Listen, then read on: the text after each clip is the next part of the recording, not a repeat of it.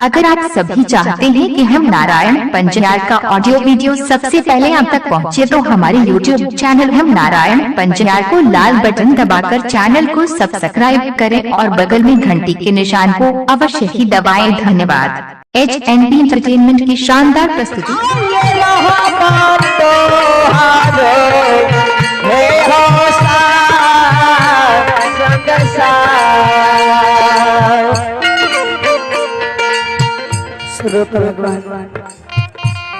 आते हैं सुलेन भाई के और भगवान के दरबार में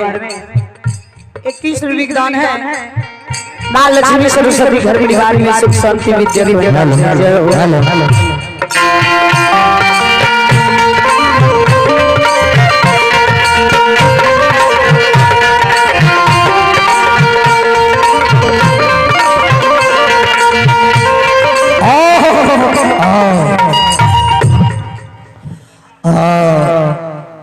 सब भक्ति से आग्रह करो। ये नाश्ता तैयारी है। जगह स्थल पर भक्ता पंजयार गवैया कौन कुटुंब सगा संबंधी दोस्त बने सबसे आग्रह है। इस सब आदमी नाश्ता करने के लिए चलो। नाश्ता तैयारी है। ठंडा है तो अच्छा ले। सब आदमी उठियो, नाश्ता कर चलियो। आग्रह है।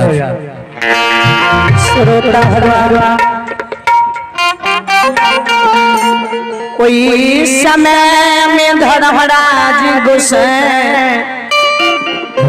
बेनी बाबा के चार बरदौन दाग सखुआ मगड़ में पंजयार बना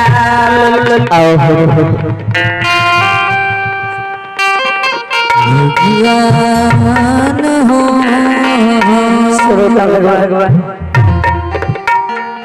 या सखुआ नगर में जन्म हैया मृत्यु को नहीं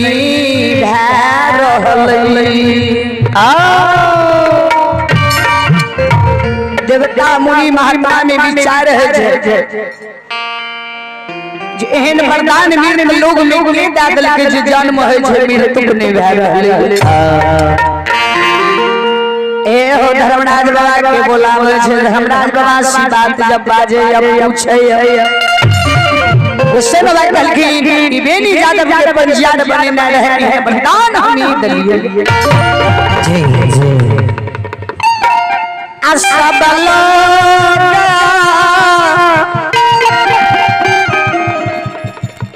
देवता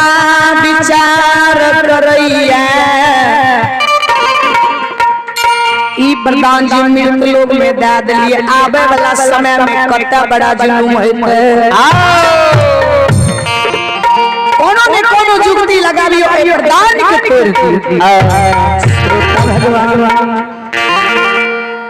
धर्मराज बाबा अपन माया के विस्तार करे आए माया के राजना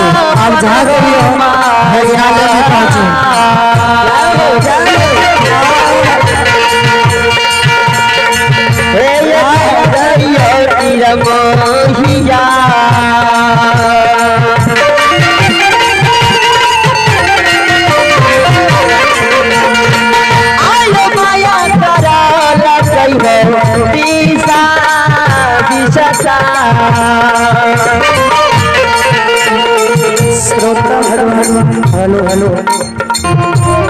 आवाज हेलो हेलो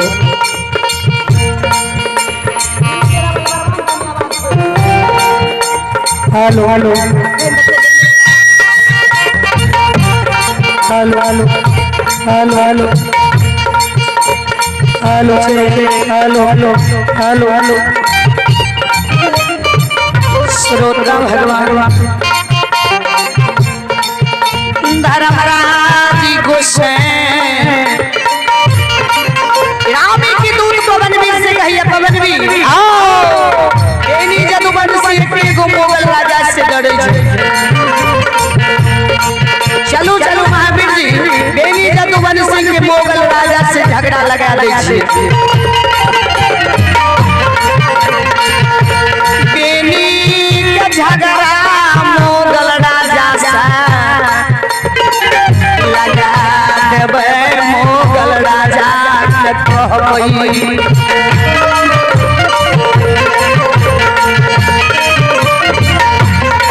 बेनी के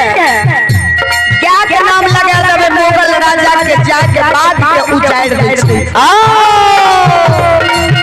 मोगल राजा के कहबे कि बेनी जदुवंशी अपना ज्ञान लगा के हाथ के बाग उचार देलक झगड़ा लगई बई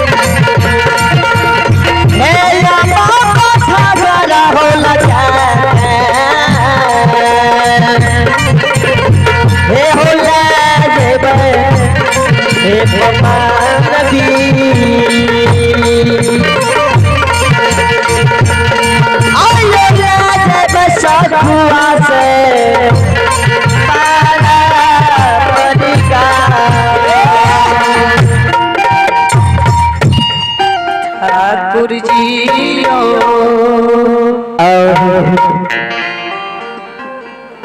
चलो चलो महावीर जी तक से जाके बेनी जदुवंशी के मोगल राजा से झगड़ा लगा दे श्रोता भगवान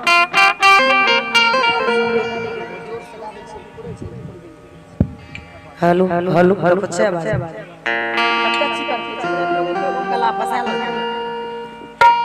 हेलो हेलो चित्रा बोल पड़े छै ओतने ना हेलो हेलो हेलो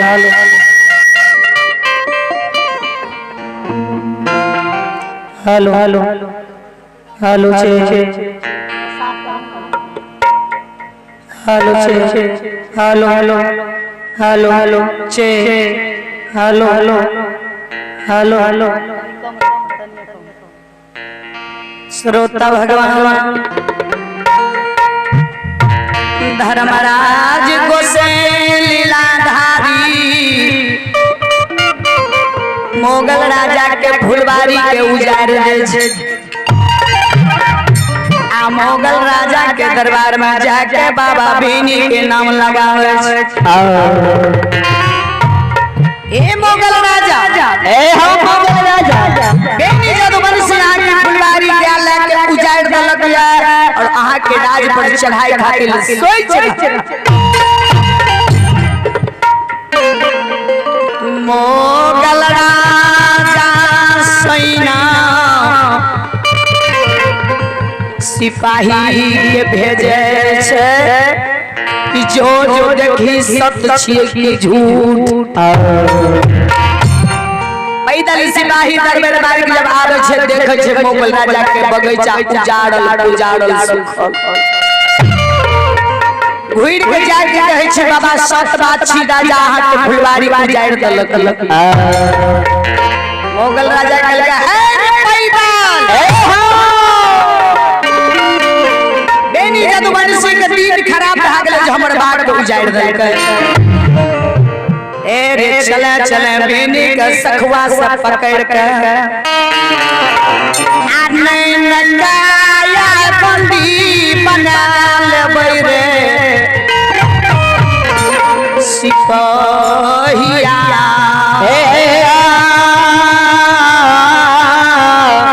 सिपाहिया श्रोता भगवान मुगल राजा सेना सिपाही के साथ कहियो आये साइना ये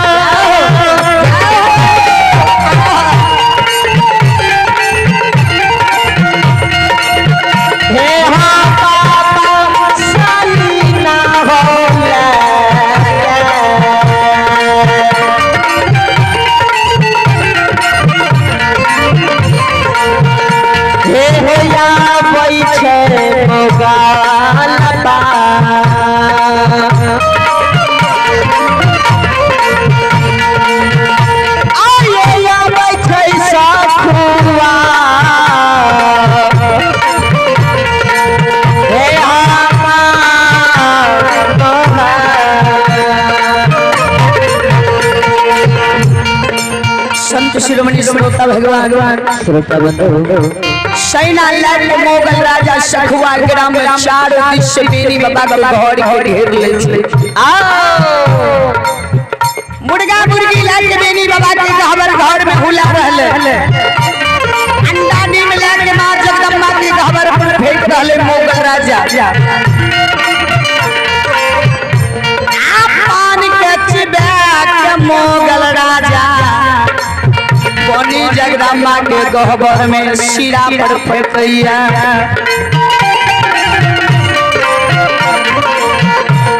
बेनी बाबा के माय धर्मतमा घर से बाहर होय छे हो बाबू बेनी। आओ ए बेटा बेनी ए हो बेनी कोन अपराध राजा के क्या दिल हो धर्म ला रहा है बेटा।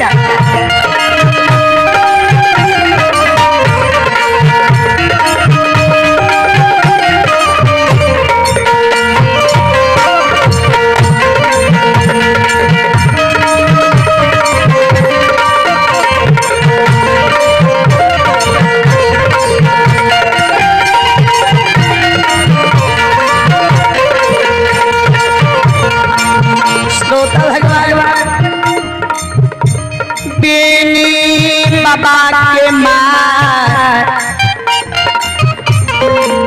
कौन जे हो बेटा बेनी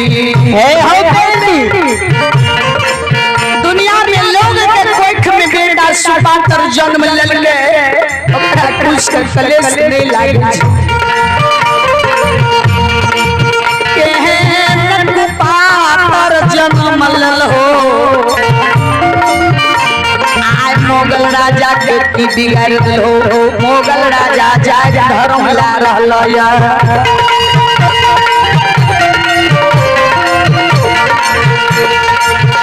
अरे जाइयो नहीं रे बादशाह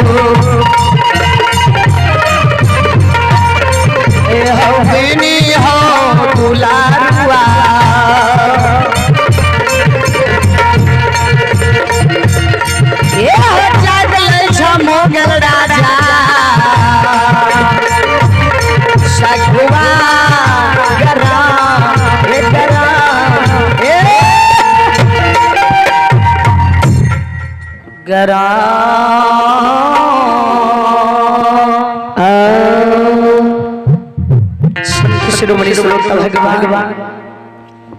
बाबूसा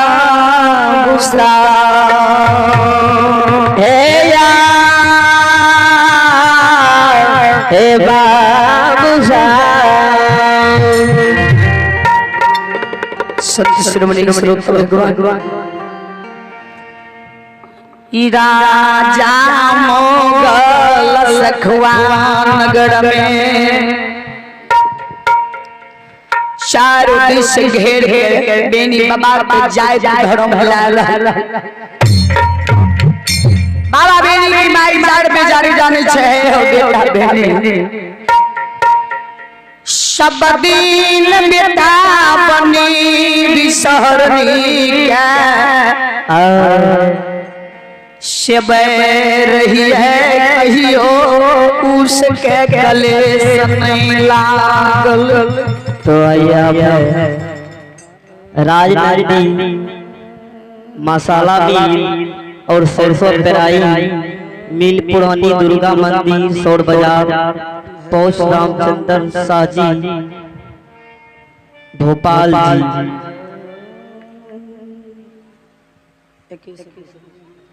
उनकी तरफ से भगवान के दरबार में 21 रुपए का दान है।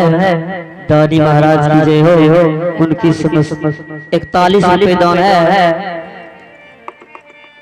दानी महाराज की जय हो। समस्त परिवार की जय हो। श्रोता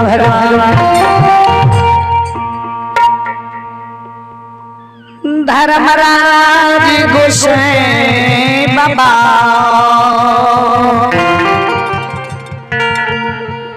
श्रोता भगवान बेनी बाबा कहे कहे छी माय के प्रमाण दैया कि मैं हम दोनों गलती राजा करने के लिए माय कह के जाते तू गलती नहीं के होता केना जाति धर्म ले जाए हो बेटा माला देवी कहे छी मैं विश्वास कर हम दोनों गलती नहीं के लिए अगर गलती करती है तो जरूर तोरा कोई के सुनती माय कहल कई पर जय रहिया कि बेटा धर्म के पनियार तू नहीं बनो नहीं बनिहा ए दुलारुआ आज धर्म के पनियार यार बन गेल हो आज धर्म के पनियार बन गेल हो कहीं मुगल राजा बेटा बंदी बना के ला जाता है सुगर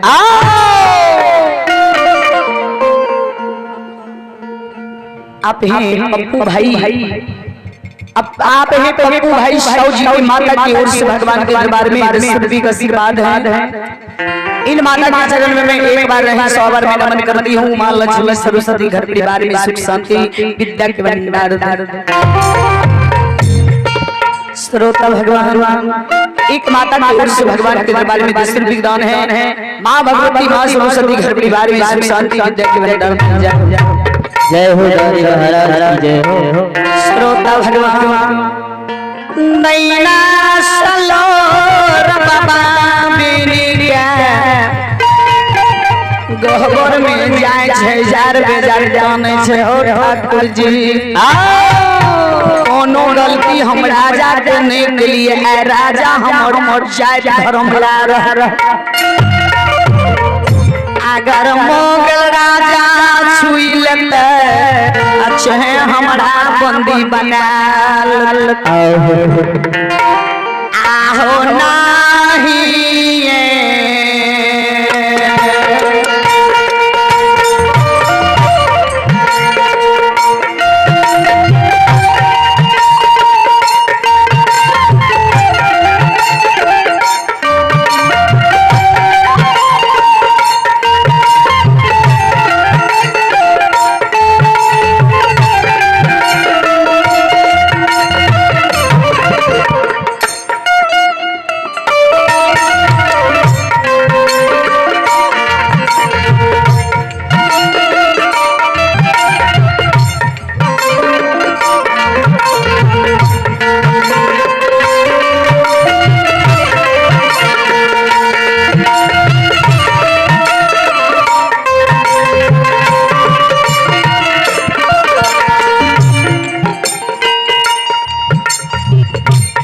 आये नहीं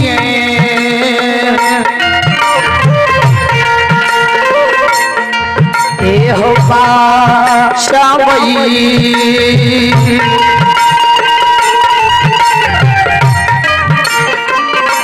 आधारा महाराज बाबा मीर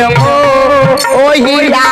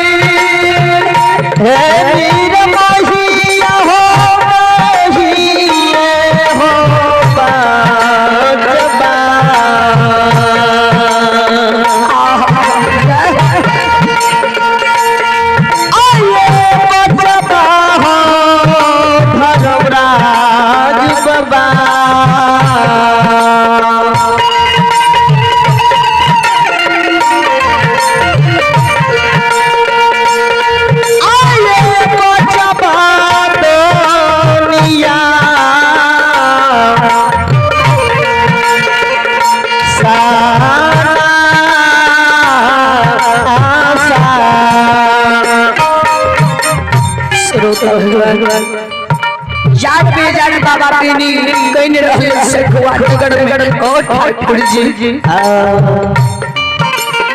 बाबा बेनी की कान धर्मराज बाबा के कान में समझ आवे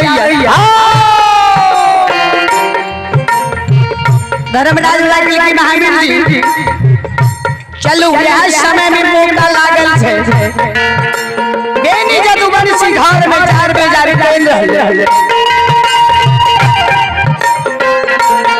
बेनी जादव के सखुआ से उपजा के पर्री ग्राम के लालन में बेनी के दिल वरदान टूट जेते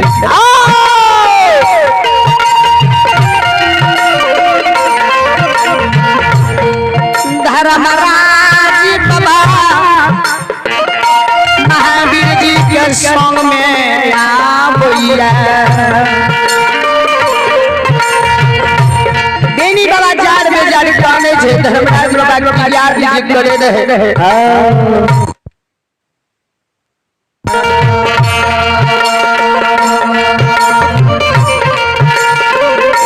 बेनी बाबा के नजदीक में गोसाई बाबा जब आवे छे गोसाई बाबा कहैया ए बेनी आ दो हेलो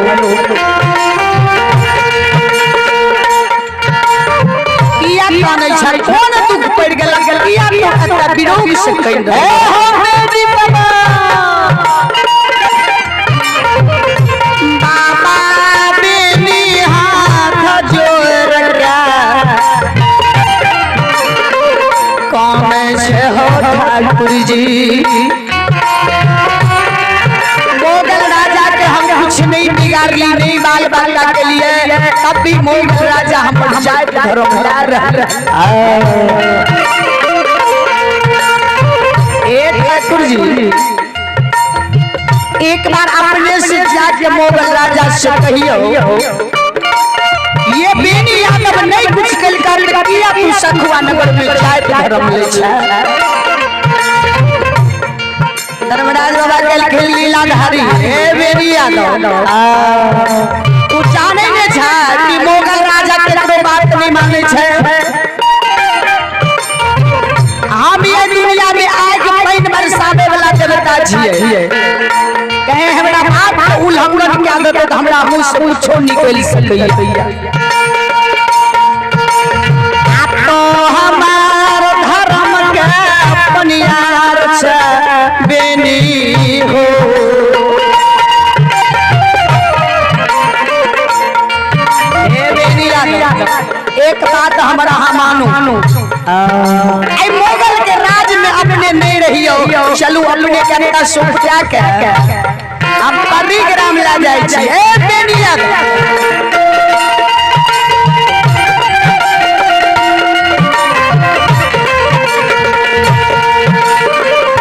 बाबा बेनी बात जब सुनै छै धर्मराज बाबा के चरण पर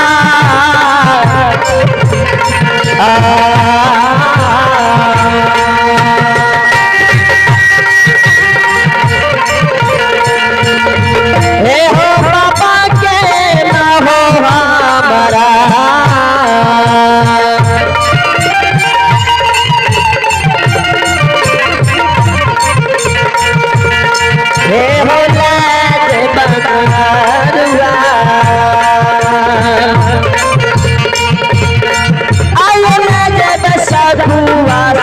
हे ये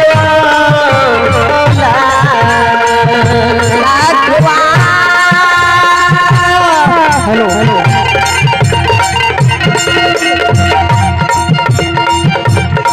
साधुआ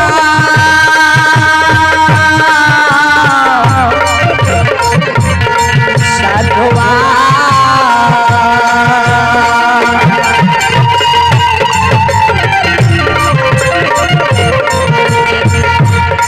साधुआ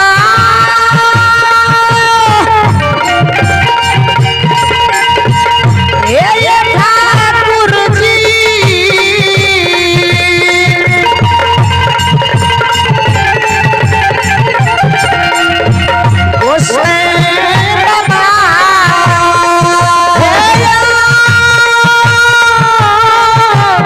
हे